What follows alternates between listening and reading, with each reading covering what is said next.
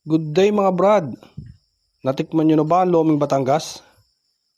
Kung hindi pa, tara, samahan nyo ako. Ihanda muna natin ang ating sausawan. Sibuyas, kalamansi at saka toyo. Siyempre sili. Tapos ito yung in-order natin. Wow! Special lomi. Siguradong mabubusog na kayo dito. Yan o, umuusok-usok pa. Mas masarap kainin to kapag mainit. Yung tumutulo na yung pawis mo, tsaka yung sipon mo, pero tuloy pa rin sa pagsubo at pagkain. Yan nga po, may itlog ng pogi, Shanghai, chicharon at tsaka yung adobong karne. Yan, tara, atin ang simulan. Unang subo. Thank you Lord. Pagkainam talaga, kasarap. Tamang-tama ang timpla eh. Tapos yung anghang ng sili sa sausawan. At yung asim ng kalamansi. Talagang pagkasarap. Hindi mo na maintindihan kung ikaw may katabi o wala. Sige. Diretso lang at talagang ari habang mainit ay masarap kainin. Kita nyo naman.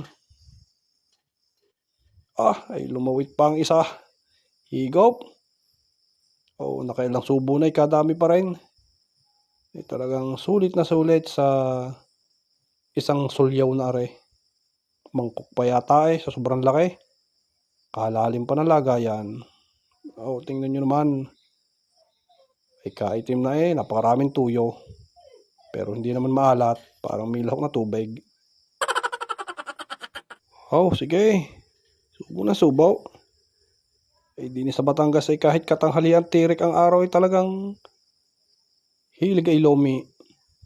Napakasarap naman kainin at napakabigat din sa tiyan. Aring kain hanggang hapunan na. Hindi na makakapagkain ng hapunan. Papagpag na lang kumot pag uwi.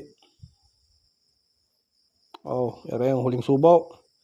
Ayun, nakasarap. Tagaktak naman ang pawis. Pahid hindi lang noo. Kasama ng bumbunan. Yanay ka naman. Tingnan nyo kung sa bilyar clean up linice, pati kutsara. Teka, tayo muna yung magpapalamig. Buti na lahat merong Mountain Dew. Baka naman. Okay. Excuse me po.